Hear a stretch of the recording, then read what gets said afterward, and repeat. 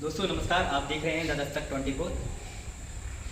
चलते फिरते आज हम पहुंचे हैं उत्तर प्रदेश के ज़िला एटा में। और एटा में जिस जगह पर हम हैं ये गुरुकुल है। यहाँ पर कुछ बच्चे शिक्षा ग्रहण करते हैं और उसकी विस्तार से जानकारी के लिए हमारे साथ में एटा गुरुकुल के जो कर्ता धर्ता हैं और अभी वर्तमान में यहाँ पर अध्यापन का भी कार्य करते हैं, उनसे पूरी मुलाकात होगी और सारे पूरे प्रकरण के बारे में जानकारी होगी कि आखिर इसकी स्थापना कब कैसे हुई और किस सिस्टम से ये चलता है और कितने बच्चे यहाँ पर पढ़ाई करते हैं। पहले सर हमारे दर्शकों को अपना नाम बताइए, परिचय क्या आपका? मैं मेधाव्रत शास्त्री हूँ और संस्था में संरक्षक हूँ। इसमें जिस संस्था में जिस परिसर में आप खड़े हैं, और ये जो गुरुकुल है इसकी स्थापना 1948 में एक बहुत ही तपस्वी संत स्वामी ब्रह्मानंद दंडी जी ने की थी। और आज आप देख रहे हैं वो एक छोटा सा बीज वट वृक्ष के रूप में स्थापित है। और पूरी जो यात्रा है गुरुकुल की, उसने भारतीय जो मूल्य हैं, जो संस्कृति है, जो परंपरा है, उसका संरक्षण करते हुए संस्कारों के सहित बहुत सारे ब्रह्मचारियों को देश विदेश में भेजा। और इस उद्देश्य से भेजा कि महर्षि दयानंद सरस्वती का जो विचार है आर्य समाज के रूप में उन्होंने दिया, जो बहुत विज्ञान सम्मत है, जो वर्ग के भेद को मारता है, जाति के भेद को मारता है, स्त्री पुरुष के भेद को मारता है, उसको व्यापकता मिले, उसका प्रचार प्रसार हो सके। और ऐसे ब्रह्मचारी देना कि जो जब समाज में जाए तो वो समाज से लेने की अपेक्षा समाज को देने की स्थिति में हो, चाहे वो विचार देने की बात हो, चाहे पुरुषार्थ देने की बात हो, या एक ऐसा माहौल देना जहां हर तरह के डिस्क्रिमिनेशन को समाप्त करना। अच्छा, एक चीज़ और है, जब 1948 में इसकी स्थापना हुई थी तो जो गुरु जी थे मेरे ख्याल से वो आर्य समाज ही रहे होंगे। जी, वो महर्षि स्वामी दयानंद सरस्वती के विचार और आर्य समाज से बहुत प्रभावित थे और उसी को उन्होंने अपने जीवन का उद्देश्य बना के, स्वामी जी के पूरे विचार को उद्देश्य बना के, और फिर उन्होंने इस गुरुकुल की स्थापना की थी, जो आज तक सतत उसी विचारधारा पर, उसी लाइन पे आगे बढ़ रहा है। अच्छा शास्त्री जी, ये बताइए यहाँ पर कितने बच्चे भी गुरुकुल में होंगे पढ़ाई करने के लिए? अभी चूँकि 20 मई से छुट्टियाँ हो गई हैं गर्मियों की, और अभी लगभग 35 ब्रह्मचारी यहाँ हैं और कुछ 7, 8, 10 यहाँ अभी भी है वर्तमान में। और जैसे ही विद्यालय खुलेगा तो सारे ब्रह्मचारी फिर यहाँ। अच्छा, एक चीज़ और बताइए, अभी जो हम आधुनिक जीवन में जी रहे हैं और मॉडर्न होता जा रहा है समय, तो जो भी गार्जियंस हैं, अभिभावक हैं, बच्चों को गुरुकुल में कम क्यों भेजते हैं, इसका कारण क्या है? हाँ, एक अंधी यात्रा है, एक अंधी दौड़ चल पड़ी है समाज में, और उसमें भी बहुत, जो मैं जिसे मानता हूँ सबसे बड़ा कारण है स्टेटस सिंबल का। तो समाज में एक स्टेटस सिंबल बन गया है कि यदि आपका बच्चा इंग्लिश मीडियम में नहीं जाता, कॉन्वेंट में नहीं जाता, तब उसके जीवन निरर्थक है। एक ऐसा विमर्श है समाज में। तो उसमें क्या होता है कि जब हम स्टेटस सिंबल की तरफ दौड़ने लगते हैं, तो चूंकि सीबीएसई बोर्ड और अंग्रेजी की पढ़ाई से इतर यहाँ का जो पूरा सिलेबस है, तो यहाँ संस्कृत की थोड़ा सा अतिरिक्त आपको परिश्रम करना पड़ेगा। संस्कृत विषय सारे पढ़ाए जाते हैं, लेकिन संस्कृत के लिए थोड़ा सा अतिरिक्त प्रयास करना पड़ता है। अगर हम सफलता की बात करें, इंग्लिश मीडियम है या यूपी बोर्ड हुआ, सीबीएसई बोर्ड हुआ, वहाँ के बच्चे सफलता की सूची में संख्या में कुछ अधिक होते हैं, तो गुरुकुल जैसी जो पद्धतियाँ चल रही हैं, यहाँ के बच्चे कितने सफल होते हैं? बस यही समझ का अंतर है जी। आपने जैसे कहा कि वहाँ सफलता, मैं ये मानता हूँ कि कॉन्वेंट का, सीबीएसई बोर्ड का, आईसीएसई बोर्ड का, जितने प्रोमिनेंट बोर्ड आज माने जाते हैं, या यूपी बोर्ड, यहाँ के जो विद्यार्थी हैं उनका सक्सेस रेट बमुश्किल से 5 से 7% का है। लेकिन यदि आपका बच्चा गुरुकुल में पढ़ता है तो आप ये मान के चलिए कि जीवन में सफलता का उसका प्रतिशत 98 से 100% रहेगा। ओके।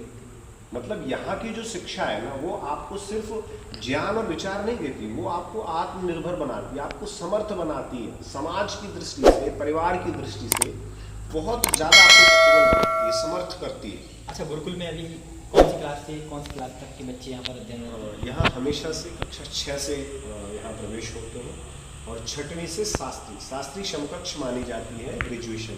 ओके। वहाँ तक की शिक्षा यहाँ सब लंबे समय से जारी है। अच्छा, जैसे कि अब ये एटा में गुरुकुल है, ठीक है, और अन्य जनपदों में भी गुरुकुल की पद्धति से संबंधित पढ़ाइयाँ होती होंगी, इसकी कोई ब्रांच वगैरह भी हैं? नहीं, गुरुकुल, इस विचारधारा के गुरुकुल पूरे भारत में और अलग अलग हिस्सों में हैं, और बहुत सारे अच्छे स्नातक, बहुत अच्छे ब्रह्मचारी दिए हैं जो आज भी वैदिक परंपरा को पूरी के पूरी निष्ठा के साथ समाज के सामने उसके यथार्थ को लाने का प्रयास करते हैं। अच्छा, एक चीज़ और है, आप हमें कुछ ऐसे छात्रों के बारे में बताइए जो यहाँ से पढ़े हों और एक बड़ा मुकाम हासिल किया हो। चूंकि आप पत्रकारिता से जुड़े हैं, बीबीसी हिंदी में भारतेंद्र विमल जी का नाम आपने सुना जी, बिल्कुल। वो इसी गुरुकुल के विद्यार्थी रहे हैं और बहुत लंबे समय तक उन्होंने बीबीसी को सेवा दी।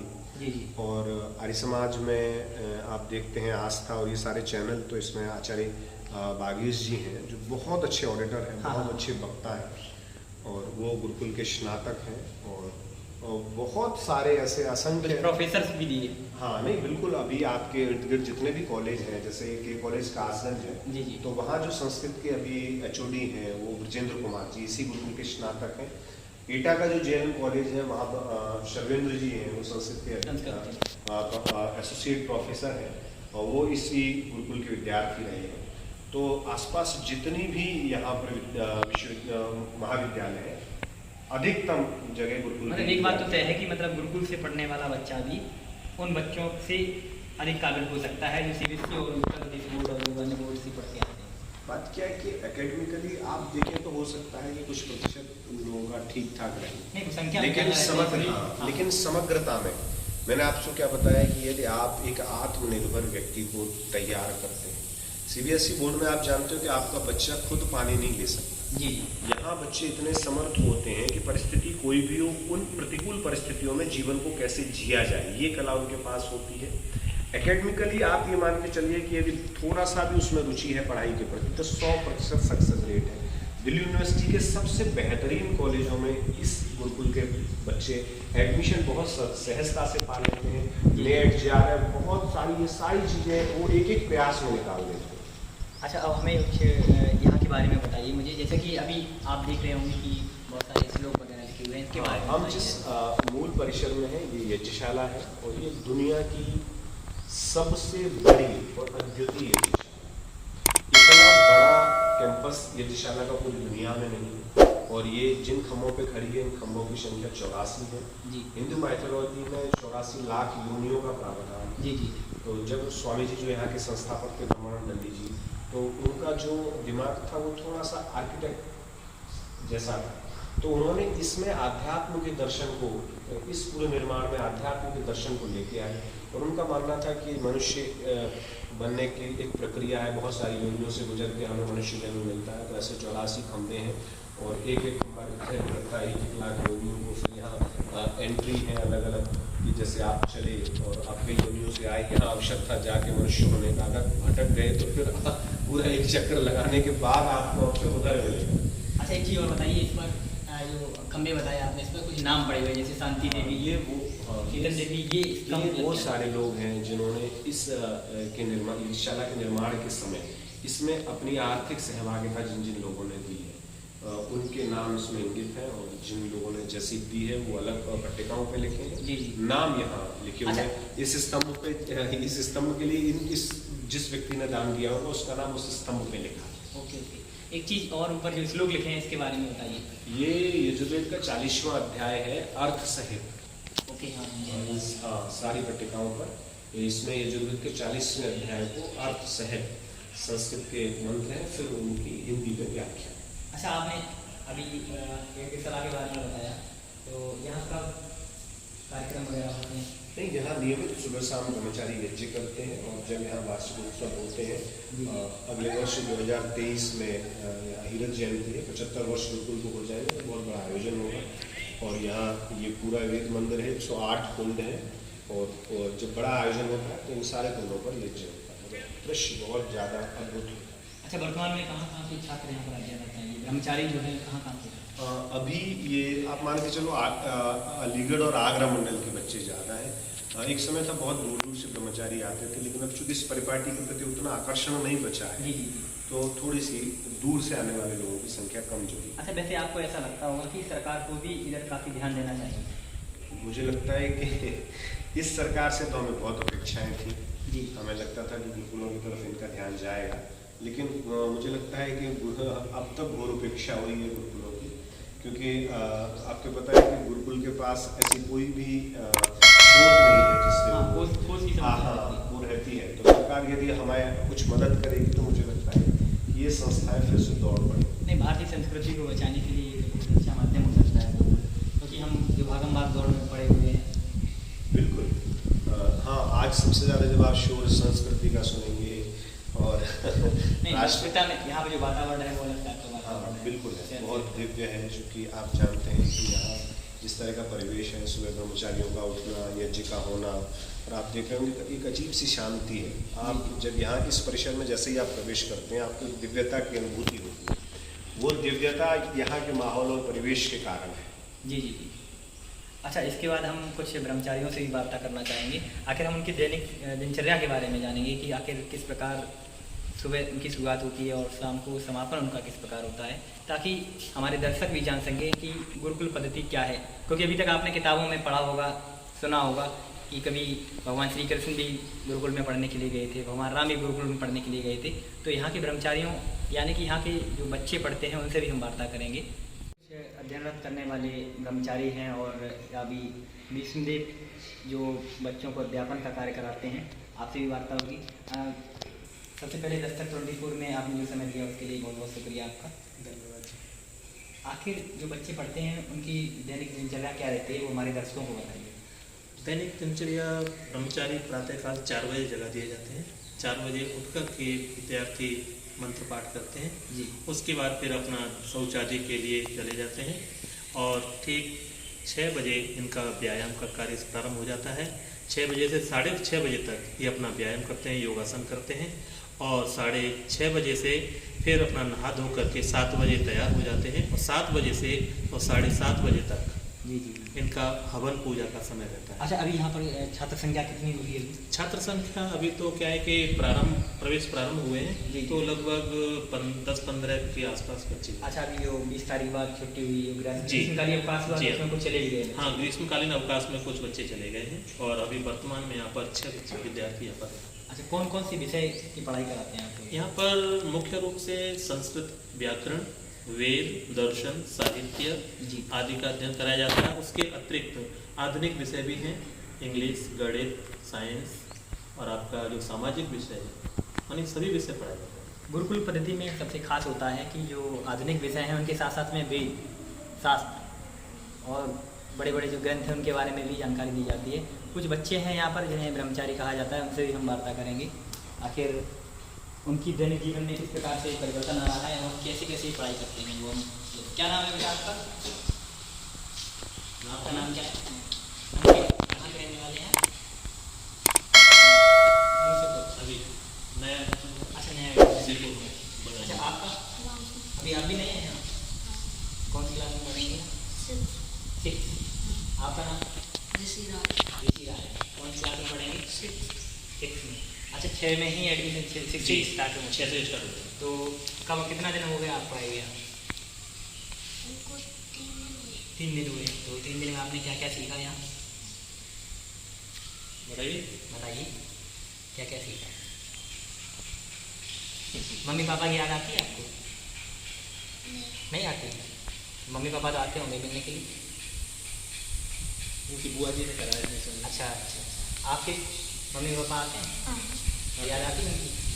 कैसे बातचीत होती है आपकी? अच्छा, मोबाइल में बात कराते हैं।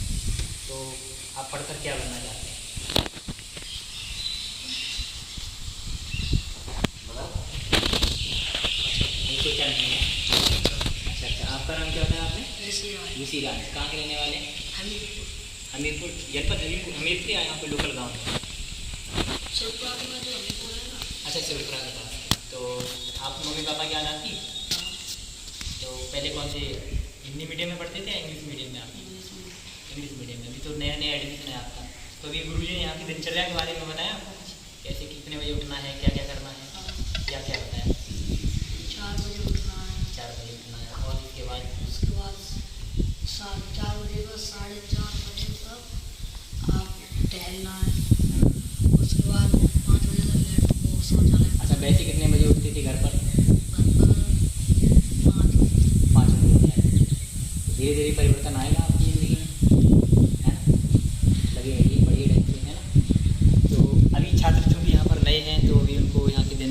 दिनचर्या जो भी बताई गई है तो उसी के बारे में जानकारी है। धीरे धीरे इनके जीवन में वही परिवर्तन आएगा जो अभी कुछ समय पहले यहाँ की जो आचार्य हैं शास्त्री जी वो बता रहे थे कि कैसे कैसे सिस्टमेटिक होता है। अच्छा, अभी तक आपने हवन वगैरह किया है? अभी तक आपने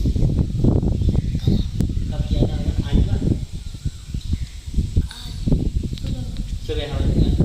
धीरे धीरे हवन करना सीख जाएंगे। मंत्र सुनाते हैं बच्चे। अच्छा, मंत्र आप बताइए कोई मंत्र।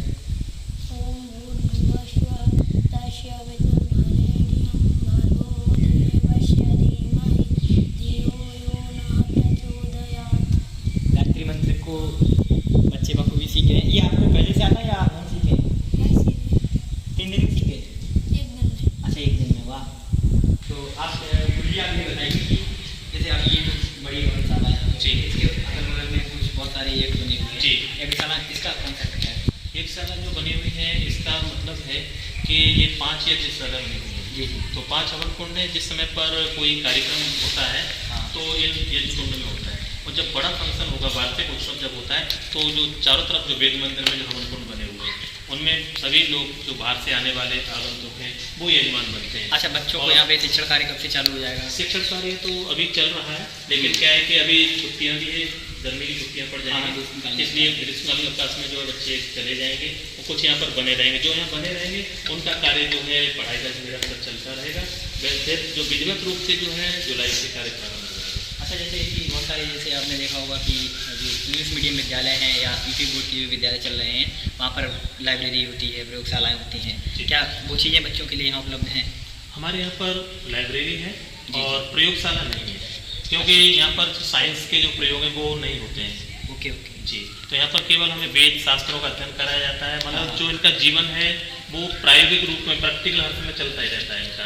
मानी जो इनको पढ़ाया जाता है वो इनके जीवन में आता है, क्योंकि शास्त्रों के आधार पर बताया गया है कि जो हम चीज़ पढ़ें वो उसको अपने जीवन में भी उतारें, तो ये बच्चे जो है उसको अपने जीवन में अवतरित करने का प्रयास। ये तो आप जानकारी ले रहे थे कि एटा जनपद में जो यज्ञशाला है और यहाँ पर गुरुकुल है उसके बारे में, और वास्तविकता में लोगों को सीखने की आवश्यकता है। और जो विद्यालयों में आप पढ़ते हैं, बड़े बड़े संस्थान हैं इंग्लिश मीडियम है, उनके इतर भी इनको भी जानना जरूरी है। आप देख रहे हैं द दस्तक 24 नई रिपोर्ट्स के साथ हम दोबारा हाजिर होंगे, तब तक बने रहें हमारे साथ। शुक्रिया।